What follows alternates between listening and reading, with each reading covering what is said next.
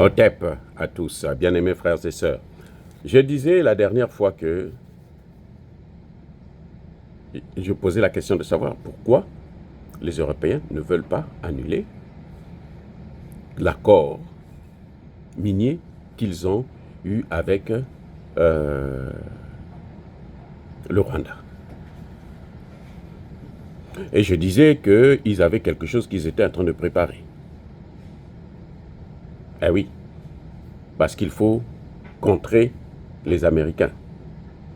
Vous savez que si les Américains signent les accords avec la RDC sur les minerais congolais, ceux qui sont notamment dans l'est de la RDC, eh ben, les Européens auront tout perdu. Les Européens n'auront plus rien. Ils peuvent faire ce qu'ils veulent, ils n'auront plus rien. Parce que, ce sont les Américains qui vont apporter la paix, qui vont prendre le contrôle donc de la sécurité dans tout le territoire de l'Est. 2, ce sont les entreprises américaines qui vont aller là-bas. Et 3, ces entreprises américaines-là, elles ont besoin, ils ont vraiment besoin de ces minerais-là. Vous savez, Tesla est aujourd'hui malmené par BYD. BY. Oui, donc c'est une situation terrible. Maintenant, les Européens, eux, ils comptent sur ce contrat. Mais comment peuvent-ils appliquer un contrat si... Écoutez bien, comment peuvent-ils appliquer un contrat s'ils ne contrôlent pas l'Est de la RDC? Parce que le contrat là ne peut être exécuté que si Kagame prend les matières premières dans l'Est de la RDC et puis vend à la France, à l'Allemagne, à la Grande-Bretagne, à l'Angleterre, la Belgique et autres. Mais s'ils n'ont pas le contrôle de cette zone-là, comment ils peuvent faire? Or, on est en train de voir que Tshisekedi est en train de court-circuiter. Tshisekedi l'avait déjà dit depuis la France. Il dit, je vous ai déjà dit de ne pas signer ces accords. Vous avez signé ces accords. Je veux voir comment vous allez faire pour prendre les minerais en question.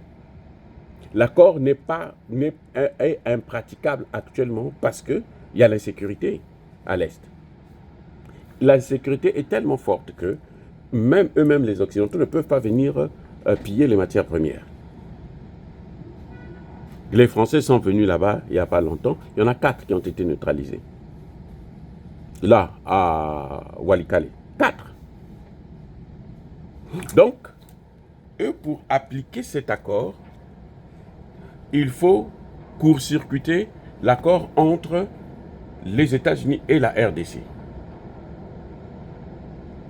Mais comment court-circuiter cet accord? Comment on peut stopper cet accord? Il n'y a qu'une seule voie, à mon avis. C'est la neutralisation de Tshisekedi. Les amis, Tshisekedi doit faire très, très, très attention en ce moment. Le président Tshisekedi doit prendre ses responsabilités. Il doit vraiment assurer sa sécurité. Parce que les Européens n'annulent pas ce contrat-là. Parce qu'ils sont en train d'attendre le dernier mot. Ils n'ont pas encore dit leur dernier mot. Parce que si Tshisekedi n'est pas, on met en place un gouvernement de transition qui sera tenu par des gens comme les Kaméré, les Kabila, les Katumbi et les autres que les Occidentaux ont fabriqués, eh bien, ils vont revenir donc à tous les accords. Ils vont annuler l'accord avec les États-Unis. Et puis, qu'est-ce qu'ils vont faire? Ils vont s'engager avec l'Europe. La seule façon d'appliquer cet accord-là, c'est la disparition de Tshisekedi sur la scène politique congolaise.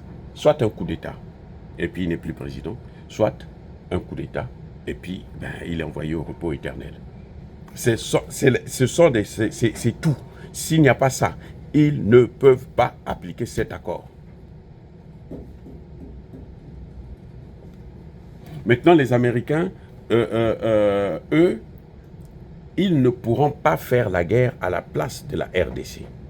C'est-à-dire que il faut que Tshisekedi continue. Ce qu'il a fait récemment en augmentant les salaires des militaires et des policiers, c'est une très bonne chose. Maintenant, il faut qu'il fasse aussi le nettoyage au niveau du commandement de l'armée. Qu'on puisse avoir des vrais hommes qui sont responsables, des patriotes, qui veulent la paix, qui veulent faire la guerre, qui veulent chasser les Rwandais de leur sol. Voilà. Donc, les amis, ce que vous voyez là avec l'Union européenne, ces tergiversations-là, c'est parce qu'ils sont en train d'étudier comment il faut faire pour neutraliser Tshisekedi. Bien entendu, avec Paul Kagame, avec Kabila et autres. En même temps, ils essaient de voir comment il faut faire pour occuper le maximum de territoire possible. Parce que quand on va décréter un cessez-le-feu, ben, chacun garde ses positions. C'est pour ça que le cessez-le-feu ne pourra jamais se faire si les Rwandais ne sont pas sortis du territoire congolais. Il faut qu'ils sortent et là maintenant on décrète un cessez-le-feu. Mais s'ils sont toujours là, ben, je ne vois pas comment on peut appliquer un cessez-le-feu, sinon que de donner de fait une partie de la RDC à Kagame. Voilà ce qui est en train de se passer. Les amis, c'est triste à pleurer, mais c'est comme ça.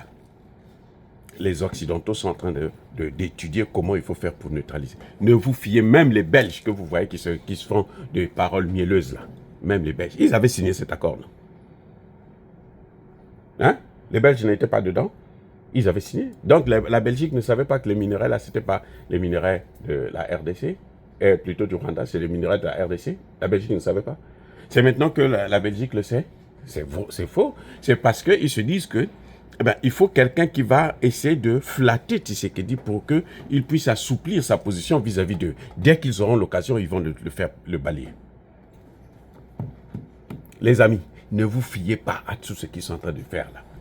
Les sanctions. Vous avez déjà vu des sanctions? Vous ne sanctionnez pas la tête. Un train fou, pour l'arrêter, il faut enlever la tête. Je reprends. Pour arrêter un train fou, il faut enlever la tête. Tant que la tête sera toujours là, ce train-là va continuer à partir, à circuler. Donc, pour l'arrêter, il faut enlever la tête.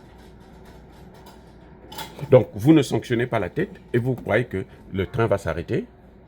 Vous ne sanctionnez pas Kagame et vous croyez que la guerre va s'arrêter. Mais non, ça va continuer. Donc, ce que vous voyez là, c'est de l'hypocrisie totale de la communauté dite internationale, autoproclamée internationale. Ce que vous voyez là, c'est l'hypocrisie. Ils sont en train de chercher comment il faut faire pour neutraliser Tshisekedi. Tous, tout ce qui est Occident, là, c'est ça leur volonté. Et s'ils arrivent à le faire, vous allez voir que même les États-Unis vont se plier. Les États-Unis, eux, ils ne sont pas dedans. Hein. Eux, ils se mettent un peu à l'écart pour que quand vous échouez, si les Européens échouent, eux, ils viennent maintenant comme s'ils étaient des sauveurs. Mais eux, ils sont dedans aussi. Ils font comme s'ils ne sont pas dedans, mais ils sont dedans. Les amis, c'est incroyable, mais vrai. Alors, soyez bénis, abondamment bénis par le Dieu des Kémites et par nos ancêtres angélisés. Mais que tous ceux qui persécutent le continent africain le pillent et le déstabilisent, qu'ils soient noirs, blancs, chinois, arabes, juifs, indiens, qui qu'ils soient punis, maudits, foudroyés, neutralisés, écrasés, effacés par le Dieu des Kémites et par nos ancêtres angélisés. Vive l'Afrique éternelle, j'ai dit et j'assume.